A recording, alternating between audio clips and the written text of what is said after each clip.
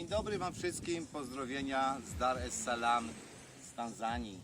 Nie meldowałem się kilka dni, bo byliśmy strasznie zajęci, mieliśmy masę roboty i pracy przy naszym budowanym biznesie, ale postaram się trochę nadrobić i parę rzeczy, które są może interesujące, nadrobić.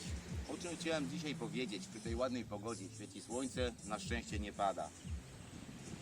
Jak wynająć dom i czy w ogóle istnieje możliwość kupienia domu albo kupienia ziemi, bo w tych tematach ludzie wypisują różne głupoty albo opowiadają różne głupoty, a potem mają ogromne kłopoty. O, tak mi się nawet zrymowało. Więc przechodzimy do rzeczy, nie czekając na jakieś dodatkowe wyjaśnienia. Po pierwsze, wielu ludzi opowiada o tym, jak można w Tanzanii albo na Zanzibar kupić ziemię albo kupić dom. Więc zaczynamy od tego, że tak naprawdę dla nas, którzy wyjechaliśmy z Europy i przyjechaliśmy tutaj, jest to po prostu niemożliwe. Wszystkie opowieści na ten temat są nieprawdziwe. To znaczy, ktoś może spróbować kupić dom, ale przepisy prawne w tym kraju tak naprawdę na to nie pozwalają. I po długich rozmowach z ludźmi, którzy tutaj żyją, mieszkają, są tutaj urodzeni, wiem o tym, że jest masa przypadków, kiedy ludzie myśleli, że coś kupili, a potem przychodzą funkcjonariusze państwowi i mówią im: nie, ty tego nie możesz kupić, bo nie masz obywatelstwa, nie jesteś obywatelem tego kraju i musisz się wyprowadzić. Tak to wygląda naprawdę. Są przypadki, że nawet w domach, które zostały wynajęte, a posiadają jakieś długi, jakieś obciążenia bankowe, można też tych ludzi tak po prostu wyeksmitować. I z takim przypadkiem poznałem się też ostatnim czasem i to naprawdę sytuacja wtedy jest krytyczna, bo przychodzą do ciebie funkcjonariusze, musisz wszystko wystawić, był jakiś kłopot z tym domem, jakieś finansowe niedociągnięcia czy długi i w tym momencie bank ma prawo zająć ten dom czy rząd. Dlatego wszystkim chciałbym dać ostrzeżenie. Nie dajcie się nabierać na tak zwane kupowanie ziemi albo kupowanie domu. A więc teraz chciałbym Wam powiedzieć, jak dom można wynająć, bo to też nie jest takie łatwe. Bo potem można mieć wiele niedociągnięć prawnych z umową wynajmu i mogą przyjść też duże kłopoty. Dlatego po pierwsze polecam wszystkim przed podpisaniem takiej umowy ją dokładnie przeczytać. Trzeba ją dostać po angielsku. Nie zawsze dostaniecie ją po angielsku, ale wtedy trzeba najlepiej zażądać. Ja muszę mieć to po angielsku, bo ja nie znam Swahili, a muszę to przeczytać, żeby sobie samemu nie narobić kłopotu. I teraz, jakie mamy na przykład metody wynajęcia domu? Podstawowe są chyba dwie. To znaczy, można wejść w kontakt z maklerem, czy z brokerem, jak tam tego nie zwał, i on przedstawi Wam jakieś tam oferty na dom. Teraz trzeba też uważać, bo te oferty na zdjęciach wyglądają bardzo korzystnie, ale potem może się okazać, że ten dom, który pojedziecie odwiedzić i zobaczyć, to jest coś zupełnie innego niż na tym zdjęciu się znajduje i zrobicie już wtedy wielkie oczy. Następna rzecz, taki broker będzie zaraz się Was pytał, ile pieniędzy chcecie zainwestować w wynajęcie domu. A to jest nie jego sprawa. Ile Wy chcecie zainwestować, to jest Wasza sprawa. Wy widzicie gdzieś tam w internecie, jest tu jakaś taka platforma albo dwie, gdzie można bezpośrednio wszystko znaleźć. W tej chwili sobie nie wspominam jej nazwy, ale to z tym nie ma problemu. I widzicie konkretny dom i chcecie ten dom zobaczyć. Jeżeli Wam już ktoś powie, że to nie jest ten dom, który widzicie na zdjęciu, lepiej zakończyć rozmowę. Jeśli z nim się spotkacie i zacznie Wam opowiadać, ile Ty masz pieniędzy, ile chcesz pieniędzy zainwestować w ten dom, to najlepiej też rozmowę zakończyć. Jeżeli znajdzie się porządny makler, powie Wam wprost, to jest ten i ten dom, możemy ten dom dzisiaj, czy w innym tam terminie, jaki uzgodnimy, możemy ten dom zobaczyć i jeśli będzie Wam się podobał, przystąpimy do następnych kroków, żeby ten dom wynająć. I jeśli taka sytuacja nastąpi, jedziecie z takim panem i oglądacie dom. Po pierwsze, w takim domu trzeba wszystko dokładnie sprawdzić.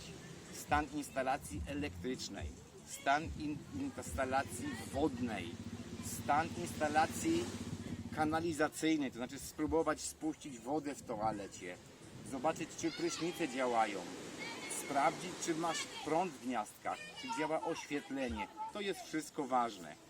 I te rzeczy, jeżeli się zdecydujecie taki dom wynająć, które nie działają poprawnie, muszą być wykonane w terminie poprzedzającym Wasze wprowadzenie się do tego domu. I teraz tak, jeśli to wszystko będzie Wam pasowało, będzie wszystko grało, przechodzimy do następnego kroku, czyli do podpisania umowy o wynajęcie domu. Jak mówiłem, bardzo dokładnie przeczytać taką umowę. Spotkałem się też z niektórymi klauzulami w takich umowach, gdzie na przykład jest napisane, że jeżeli opuścicie taki dom na termin powyżej 15 dni bez powiadomienia osoby, która Wam wynajmuje taki dom, ta osoba bez ostrzeżenia, bez rozmowy z Wami może ten dom przejąć, mimo tego, że zapłaciliście za 3 miesiące, za 6 miesięcy albo za 1 rok, może ten dom przejąć i wynająć komu innemu, a Wasze pieniądze po prostu przepadną. To jest naruszenie umowy. Dlatego jeszcze raz powtarzam, umowę dokładnie przeczytać, przeanalizować i wszystko skorygować, aby to pasowało do Waszych europejskich standardów. Tutaj ludzie często tych umów nie czytają, mają jakieś takie przykłady już przygotowane i po prostu tak to idzie. I teraz następny. Jeżeli skorzystamy z usługi takiego brokera, musimy się liczyć tak samo z kosztami, które są z tym związane.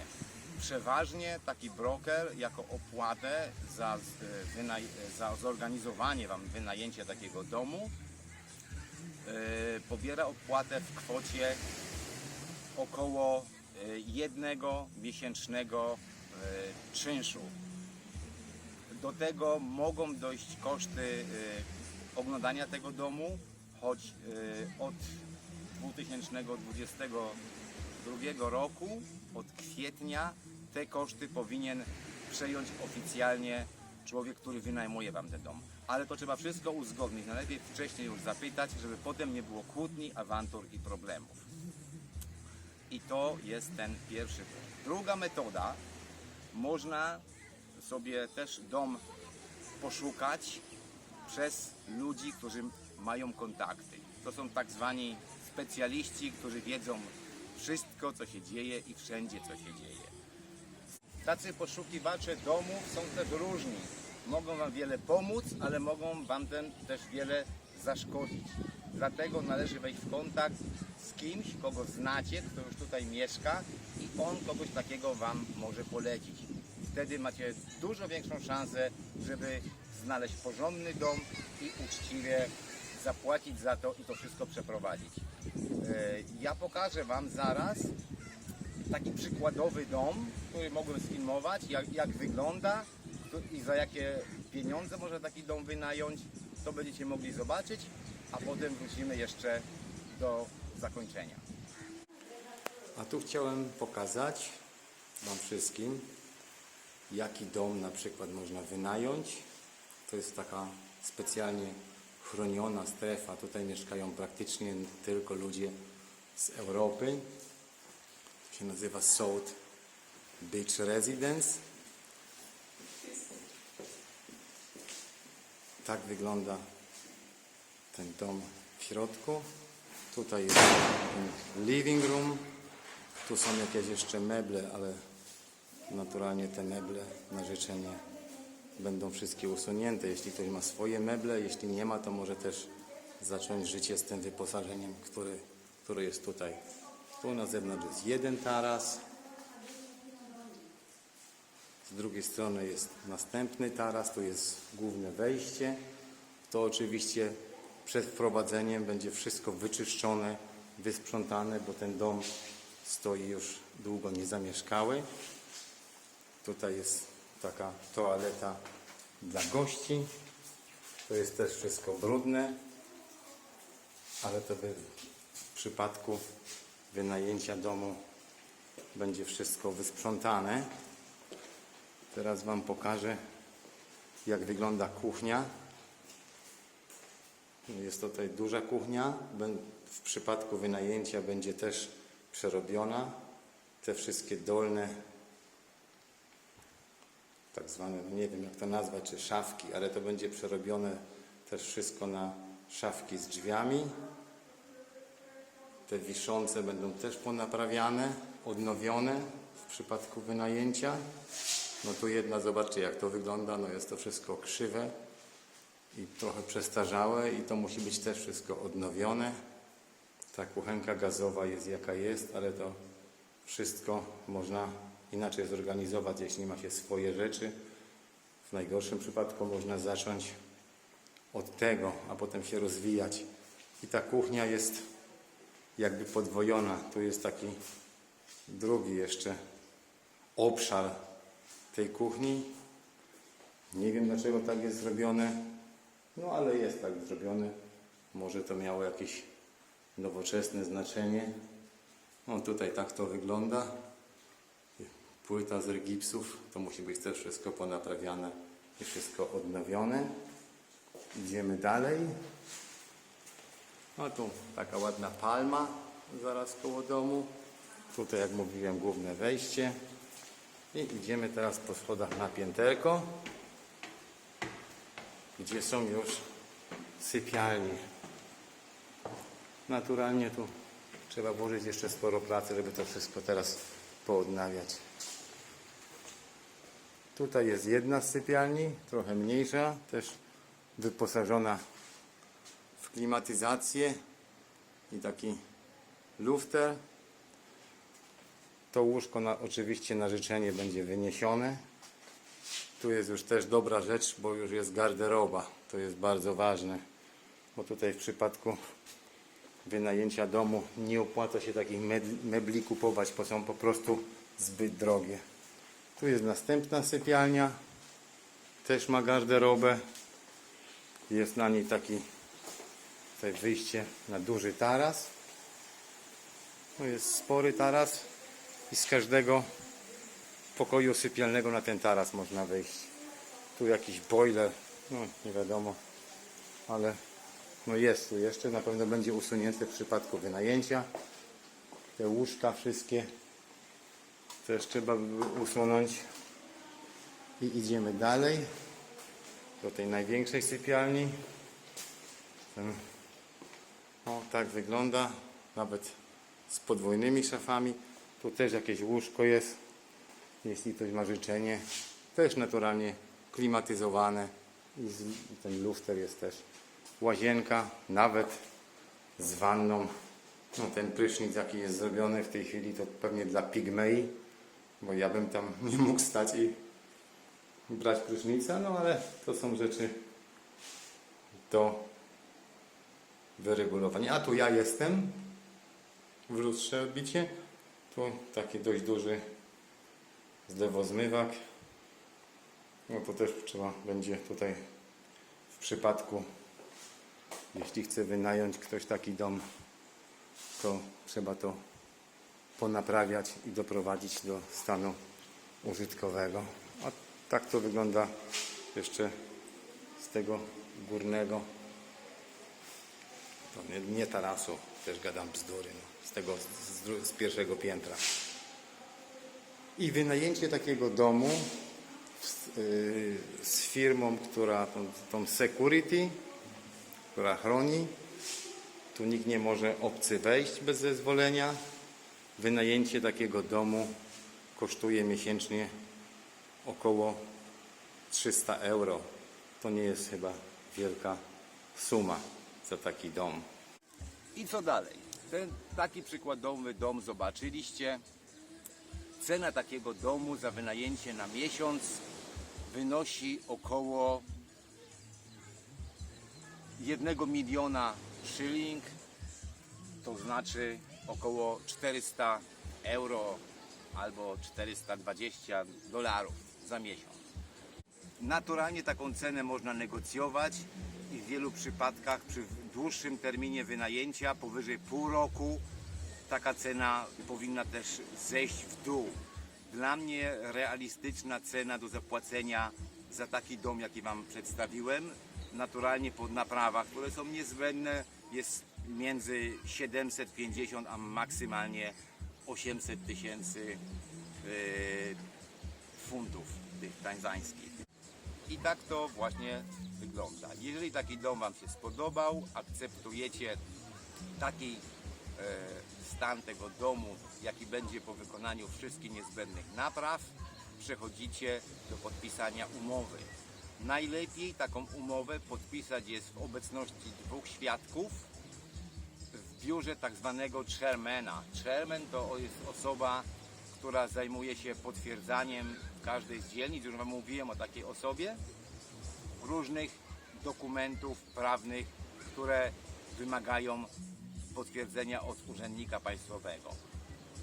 Można to też zrobić bez takiego potwierdzenia, ale nie polecam nikomu, bo w przypadku jakichś sytuacji konfliktowych tak naprawdę nie macie wtedy nic do powiedzenia i nie możecie bronić swoich racji.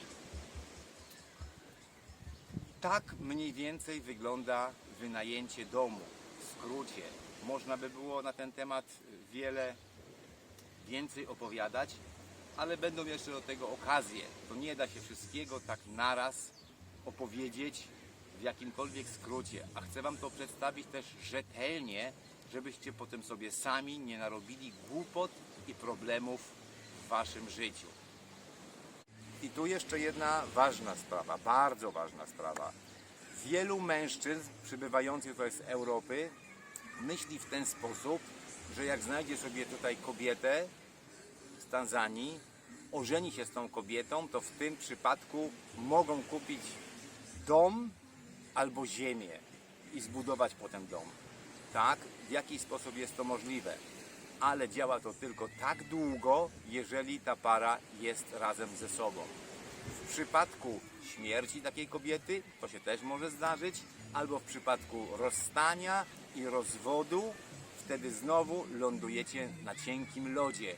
Bo po takim rozstaniu z Waszą byłą żoną nie jesteście już posiadaczami tego domu ani ziemi w żaden formalny sposób. To znaczy przedstawiciele rządu mogą Wam przedstawić odpowiednią dokumentację i powiedzieć: proszę opuścić ten dom albo ten kawałek ziemi. Tak to wygląda naprawdę. Dlatego chciałem Was jeszcze raz wszystkich przestrzec. Nie pozwalajcie na to, aby ktoś Wam opowiadał głupoty, bo takich ludzi jest wielu. Na pewno możecie zrozumieć, dlaczego wielu ludzi tak postępuje. Ludzie, którzy przybywają tutaj, nie zawsze mają na tyle pieniędzy, aby sobie tak urządzić życie, jakby chcieli, a potrzebują tych pieniędzy. A człowiek jako taka istota, jaka jest w pieniądzach zakochany i dla tych pieniędzy może zrobić bardzo wiele głupich rzeczy, a Ty, potencjalny przybysz do tego kraju, możesz naprawdę gorzko płakać i gorzko żałować swoich decyzji. Jeszcze raz, sumując to wszystko, tak jak Wam obiecałem, będę opowiadał Wam tylko prawdę i tylko fakty o życiu, jakie tutaj istnieje. Dlatego też przychodzą moje ostrzeżenia. Nie życzę nikomu, aby sobie po prostu zmarnował życie i żałował decyzji, którą podjął. I co? To by było chyba na tyle. Chciałbym Was jeszcze raz pozdrowić. W tej chwili ze słonecznej plaży w Dar es Salaam. I do usłyszenia, do zobaczenia w najbliższym czasie. Będę chciał nadrobić tą ponadtygodniową pauzę, którą musiałem sobie zrobić. Pozdrawiam wszystkich, do zobaczenia.